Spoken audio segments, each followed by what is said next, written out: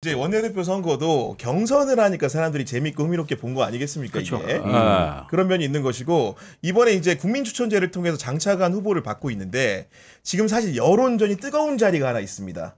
어떤 자리냐? 지난번에 공개를 했는데 1순위로 가장 많이 사람들이 추천한 자리가 법무부 장관이라고 했고 네. 2순위가 어디냐?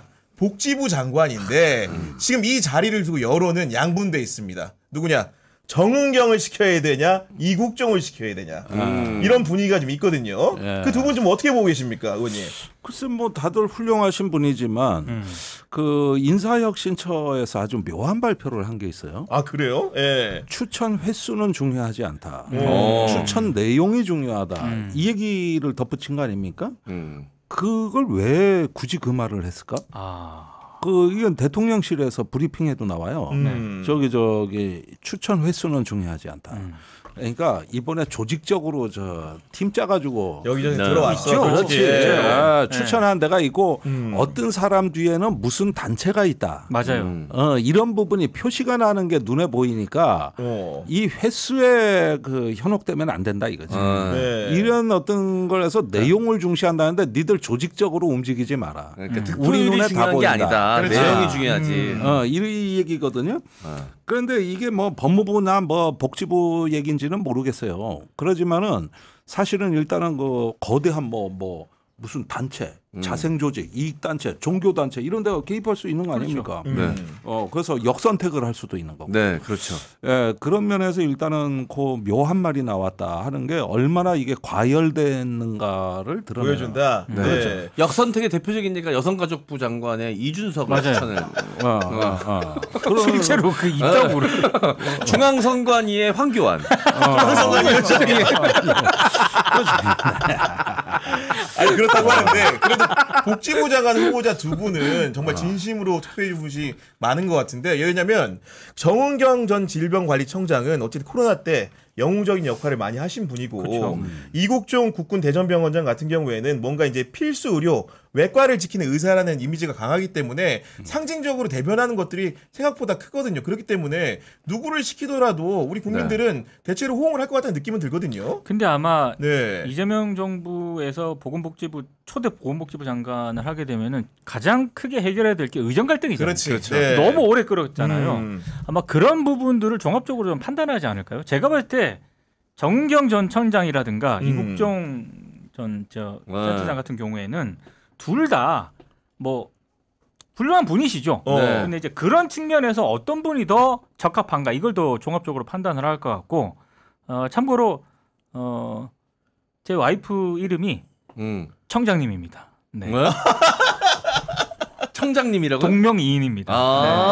정은경. 정은경. 네. 거짓말이 아니고 네. 코로나 때부터 네. 제가 그 집에 들어가면은 집에 들어갈 때 그랬습니다. 아유 청장님 고생 많으셨습니다. 그럼 거기도 하시죠. 뭐 초청한 다음에 정은경님 나오신다고? 저도 갈게요. 정은경님 전화하고 나오실 것 같은데? 저도 갈게요. 홍정원 차장님 오셨습니다. 그러니까 동명이인 다 모으지 뭐. 동명이인 많습니다. 네. 네. 저는 근데 재미없어 이놈담. 그런데 여기는 제가 보기에는 질병관리청이나 외상 어떤 네. 공공의료 확충 다 중요해요. 맞아요. 예. 다 중요하죠. 사실 둘 다 우리나라 대표적인 그러니까, 어떤 네. 그 공공의료의 아주 그 최첨단 네. 그렇죠. 아니고 그런 면에서는 최근에 또 다시 동남아 코로나 지금 확산되고 그렇죠. 있고 네. 언제 뭐가 닥칠지 모르는데 이 국가 안보 차원에서 질병관리청장 경험도 소중하다. 네. 그리고 이국종 의사 병원장은 우리나라 보건의료에 아주 불만이 많으신 분입니다. 맞아요. 이건 더 고쳐야 된다. 그렇지. 이건 거의 썩었다고 보고 있어요.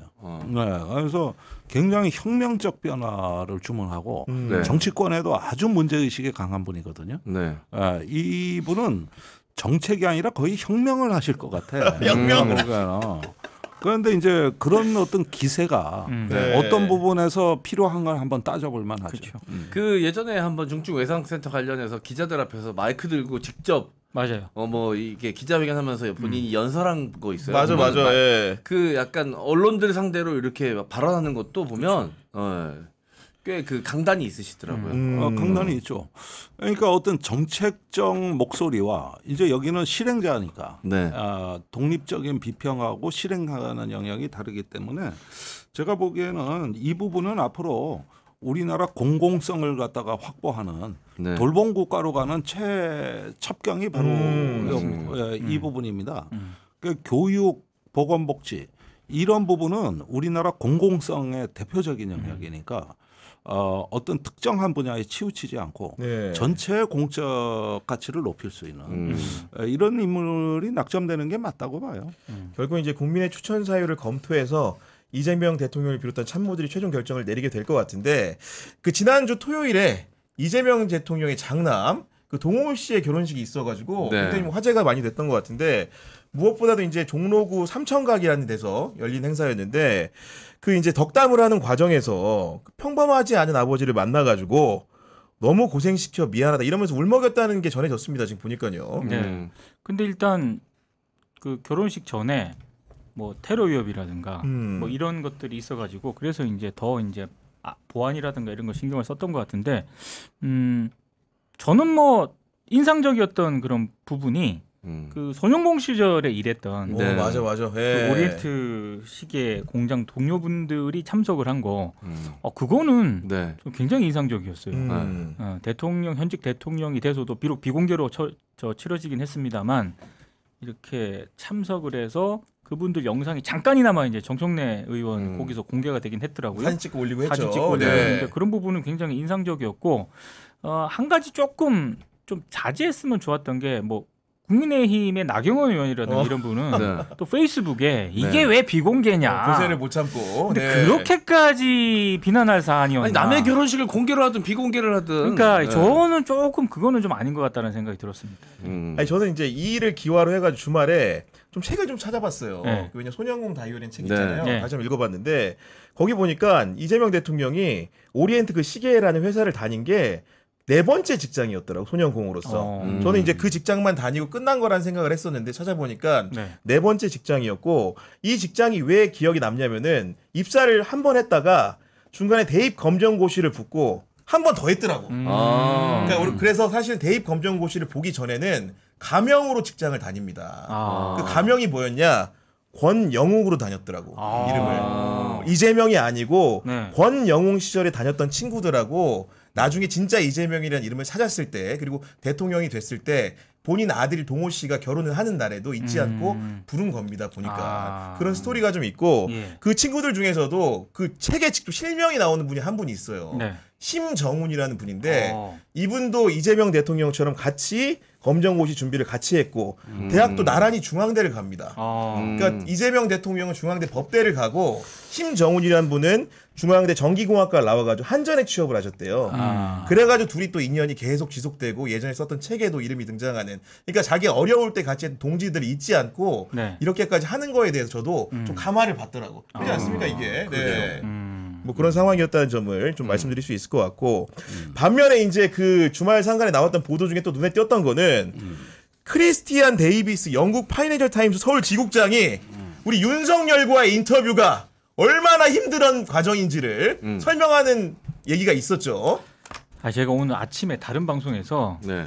이 데이비스 지국장을 인터뷰한 그 뉴스포터 신혜리 기자를 직접 네. 같이 방송을 했거든요. 직접 하셨어요? 네. 네. 근데 이제 그 뒷얘기를 들어보니까 정말로 심각했더라고요. 그래요? 그러니까 아니 뭐 인터뷰를 요청을 하죠. 아니 파이낸셜 타임스가 세계적인 권위지잖아요. 네. 그래서 인터뷰를 요청을 하고 뭐 이렇게 했는데 그거를 뭐 진짜로 구체적으로 이건 되고 이건 안 되고 그다음에 인터뷰를 하고 나서 우리 사실상 검열 다 받고 네. 그게 오케이가 된 걸 니네들이 오케이를 해야 인터뷰가 나갈 수 있다.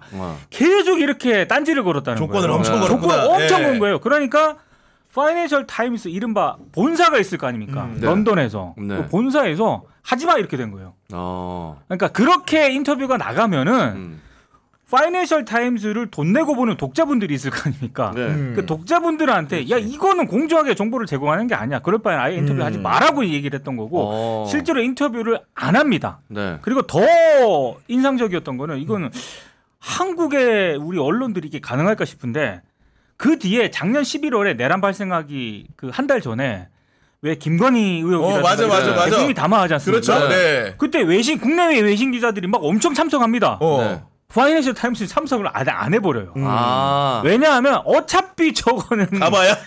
어차피 가봐야 진실 얘기 안 한다. 패스. 그래가지고 아예 참석 자체를 안 해버려요. 윤자랄이었네 윤자랄. 그러니까 그러니까 대단하다고 느끼면서도 외신을 상대로 저 정도로 검열을 했다? 그러니까 이제 그 얘기를 동료 기자들한테 했대요. 네. 데이비스 지국장이. 네. 그러니까 그 동료가 데이비스 지국장한테 뭐라고 얘기하느냐? 네. 야, 그 우리가 탈레반한테 인터뷰 요청할 때 탈레반이 하는 짓이야. 아주 망신스럽더라고. 오랜만에 그 명칭 듣네. 탈레반. 네.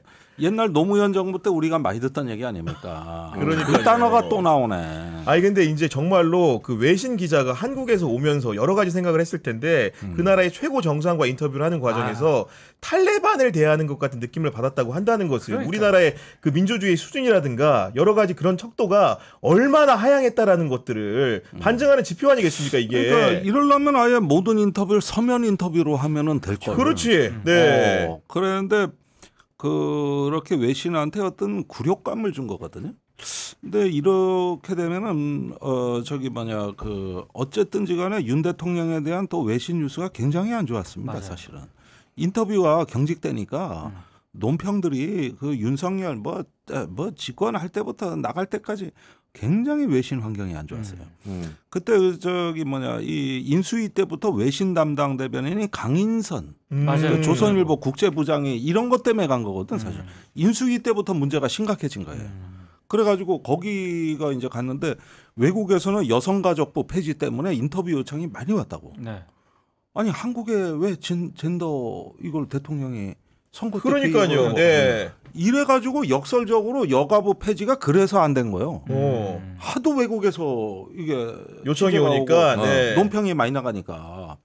그리고 또 어디 나토 정상회의 같은 데 가면은 그때 50개 그 항목에 공동 성명이 나오는데 거기 그 여성 그 젠더 이런 거 많이 나오거든. 그렇죠. 그러니까 회의만 갔다 오면 야 여성가족부 폐지 안 되겠다 이래 돼 버린 거고. 전부 질문이 뭐냐 하면 이런 거라. 이런 거에다가 또 무슨 반체제 공산주의가 어떻고 뭐가 어떻고 이런 질문이 들어오는 거예요. 그러니까 대통령실은 이제 방어 모드로 바뀐 거지.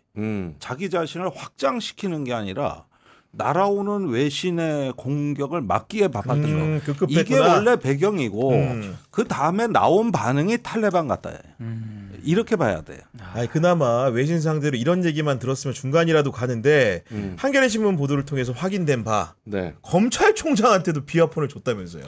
네. 심우정 검찰총장에게 첫 번째 가지는 그 기사를 보고 드는 심우정 검찰총장에게 비화폰이 왜 필요했을까? 그러니까 검찰총장한테 비화폰 줬다는 얘기는 전 처음 들어봅니다. 저도 처음 들어봅니다. 두 번째, 근데 그 비화폰을 가지고 김주현 당시 민정수석이랑 김건희 도이치모터스 무혐의가 나오기 6일인가? 뭐 6일 전이라고 그 마지막 전에 통화가. 네. 아주 짧게 1, 2분 통화한 게 아닙니다. 예, 길게 통화를 했거든요. 무슨 통화를 했을까? 예, 저는 이거는 지금 심우정 검찰총장이 꾸역꾸역 저 자리를 지키고 있는 가장 강력한 이유라고 생각합니다. 저는 이거 수사 대상이라고 생각해요. 당연하죠. 이건 진짜 수사 대상이에요. 그리고 지금 심우정 검찰총장 같은 경우에는 백혈원 경정이 제기한 이른바 마약 무마 수사 의혹과 관련해서도 인천지검장으로 있을 때 덮었다라는 의혹을 제기를 하고 있거든요. 네. 그러니까 이거 연관해서 보면은 너무 이상한 거예요. 이 비화폰을 총장 시절부터 사용을 했는가 일단 그것부터 좀 따져야 될 것 같아요.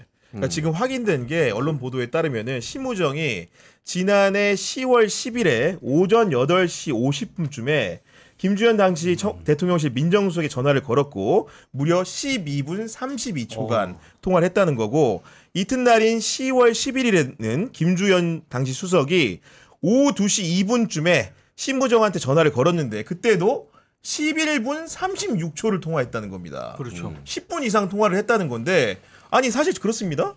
민정수석과 그 검찰총장이 무슨 할 얘기가 있으면 뭐 일반 전화로 예를 들면 하거나 예를 들어서 본인들 알고 있는 번호로 해도 되는데 굳이 비화폰으로 통화했다? 그렇죠. 당시는 또 명태균 게이트 수사가 한창일 때였기 때문에 여러 가지 정권의 위협이 되는 요소가 등장할 때였거든요. 그렇기 때문에 둘이 도대체 무슨 얘기를 밀담을 나눈 것인지 의혹의 중심이 설 수밖에 없는 거 아니겠습니까 이게. 그때 창원지검에서 명태균 게이트 일부 내용이 이제 서울중앙지검으로 이첩이 되느냐 안 되느냐 하던 그때입니다. 그렇죠. 그리고 명태균 씨가 구속될 무렵이거든요 이때가. 그리고 황금폰이 어딨냐. 맞아요. 그때 막 소재를 못 발견됐다고 잡고, 했어요. 네. 이게 다 겹쳐 있는 시기예요. 그런데 이걸 갖다가 법무부 장관하고가 아니라 민정수석하고 직접 통화했다. 그렇죠. 법무부는 이제 여러 가지 지휘할 게 있으니까. 검찰청보다 네. 지휘할 수 있죠. 원래. 있어요. 예. 그러면 할 얘기가 있으면은 법무부 장관한테 얘기를 하지. 그렇죠. 왜 검찰총장한테 직접 전화했냐. 요런 게 이제 따져볼 만한 대목이죠. 그런데 뭐 이게 뭐 그거하고 관계없는 통화였다고 해서 심 총장이 또 얼버무리고 있는 것 같더라고. 그런데 아니 김영기고 아니면 아니지 뭐가 아니었다고 그런 통화가 아니면 그럼 뭔 통화인지를 얘기를 해야 될 거 아니에요. 아니, 그러니까. 아니, 왜 비아폰으로 이걸 단골로 통화하냐고. 등장하는 게 이런 비아폰 얘기 나올 때마다 안부를 왜 비아폰으로 묻지? 그러니까요. 그리고 검찰 정책과 관련된 얘기는 당당한 얘기인데 왜 비아폰으로 하지? 아니 근데 검찰 정책과 관련된 얘기를 하더라도요. 솔직히 원칙적으로 따지면 민정수석하고 검찰총장이 그렇죠. 저렇게 장시간 통화하는 네. 것 자체가 부적절한 거예요. 그렇죠. 그런 식으로 얘기를 나눈다는 것 자체가 그럼요. 오해 소지가 있기 때문에 오히려 피해야 될 일이죠. 그럼요. 네. 그렇기 때문에 이 부분은 결국은 검찰 수사로도 안 되고 경찰 수사로도 규명이 안 됐기 때문에 특검이 해야 되는 거고 그만큼 조은석 내란 특검의 임무가 막중한 거 아니겠습니까 지금? 그렇죠. 네. 근데 진짜 더 막중한 게 오늘 또 전해진 속보 때문에 많은 분들이 화가 나셨을 거예요. 그 김용현 전 국방부장관 맞아. 보석을 검토하고 있다. 지금 직위원 보석을 거부했죠. 네. 재판부가 보석을 허가를 했어요. 근데 김용현 측에서 거부를 했거든요. 그러니까 6월 26일까지가 네. 이게 구속 기간 만료지 않습니까? 네. 그거를 다 채우고 6월 27일부터는 이제 자유인이 되는 거지 않습니까? 조건 없이. 그러면 김용현은 앞으로 6월 27일부터는 윤석열도 만날 수 있고 그죠. 뭐 자유롭게 돌아다닐 수 있다는 거. 안 만나겠어요? 당연히 만나겠지. 1심 선고 될 때까지. 될 때까지. 언제 끝날지도 몰라 심지어는. 그러니까 네. 제가 봤을 때 이런 상황을 그나마 이거는 어차피 벌어질 수밖에 없는 것 같고요. 최대한 빨리 막을 수 있는 거는 내란 특검이 지금 준비 기간이지 않습니까? 그렇죠. 네. 이걸 최대한 줄여가지고 빨리 수사를 본격화하는 것밖에는 없다고 봐요. 네. 자, 아무리 생각을 해봐도 다른 대안이 없는 것 같아요. 이게 보석으로 나오면은 조금 행동이나 행동 반경이나 이런 것들이 제한된다면서요. 그렇죠. 조건을 걸긴 조건을 거니까. 걸죠. 네. 예. 근데 이제 만기가 돼서 나오면 완전 자유인. 자유인이에요. 아니 시한폭탄이에요. 시한폭탄이 나오는. 네. 분명히 또 육사 구국동지회나 대수장이라고 그 대한민국 지키는 장성단 네. 모임에 여기서 또 떡 벌어지게 환영식 할 거고. 그리고 극우 집회에 참석할 수도 있고. 그렇죠. 예, 그다음에 윤석열하고의 이제 여러 직간접적인 접촉. 그다음에 이제 사령관들이 곧 풀려 나오고 맞아요. 서울 네. 경찰청장이 풀려 나오거든요. 이제 이렇게 되면은 이게 공교롭게 특검이 수사 착수하기 전에 다 맞아요. 벌어지는 일이라는 거예요, 이게. 그리고 지금 대통령 내일이면 이제 캐나다 가시고 국내 대통령도 없어요. 그러면은 바보라고. 말이 정권 교체지. 아직도 내가 보기엔 윤석열 정부가 종식이 안 되고 그렇죠. 폴폴 살아있는 거야. 이제 네. 사실 대통령 한 분하고 청와대 몇 명, 대통령실 몇 명 지금 바뀐 거지. 뭐가 바뀌었습니까? 아무것도 안 바뀌었어요. 거기에다 직위원회는 또 사진 찍으러 룸사롱 갔다 그러지. 삼겹살은 지 돈으로 사 먹었다 그러지. 거짓말 안 하는 놈들이 없어 지금. 어디 검사건, 판사건. 거기에다가 중요 가담자가 이거 무기 아니면 사형 받아야 될 사람들이 그렇죠. 나온다는 거예요. 아니, 이것도 검찰이 또 이거 다 추가 기소 안 하고 만드는 빌드업한 검찰이 거예요. 의지가 아니 그 말이 맞는 왜냐면은 6개월이 지나면 재판 받다가 나온다는 거는 삼척 동자도 아는 상식인 거고 그런 상황에서 공소유지라는 검찰이 사전에 준비를 해서 이런 일이 없도록 했어야 되는데 추가 기소할 거리가 없어서 안 하는 게 아니잖아 지금. 그렇죠. 그리고 김용현과 관련해서는 여러 의혹들이 제기가 됐기 때문에 검찰의 의지만 있다면 그걸 가지고 충분히 추가 기소할 수 있었죠. 그 의지가 없었던 거죠. 사실상 방치했다고 봅니다. 이래서 무슨 일이 벌어지는 걸 보고 싶으면은 최근에 임성근 사단장이 네. 이명현 특검에 대해서 매일 하루에 몇 개씩 네. 저 성명을 내면서 공격을 하고 있어요. 그렇죠. 난 피의자가 특검을 공격하는 건 처음 봐. 네. 그래서 잘 뽑았구나 했습니다 저는. 저런 일이 말이야. 저런 일이 벌어진다고. 그러니까 이게 있다 보면 사람들 눈이 휘둥그레지는 게 그러니까요. 이거 뭐 하자는 얘기요? 무슨 시츄에이션이요? 이러면서 이게 거꾸로 돌아가는 겁니다. 이게. 아니, 네. 내란 수계 피의자는 어떤 날은 반바지 입고 돌아다니고 어. 그 다음 날은 또 긴 바지 입고 돌아다니고. 아유. 아니 이 수사 자체가 불법이라는 그렇죠. 겁니다. 네.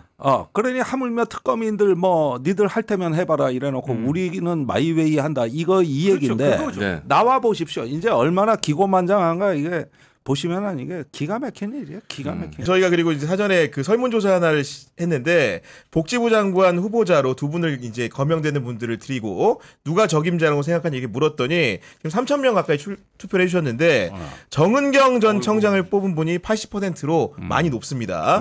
이국종 원장은 20%에 그쳤는데 아마도 그 선거에서 열심히 뛰신 분이 네. 정은경 전 청장이기 때문에 이런 아니 분들의 코로나 시청자들이 효과도 있고. 그렇죠. 네. 이제 행정에 익숙하신 분이니까 맞아요. 그 장관 네. 자리에는 좀 행정 경험이 있으신 분이 가진 게 맞다라는 생각들을 하시는 것 같아요. 그럴 수 네. 있겠습니다.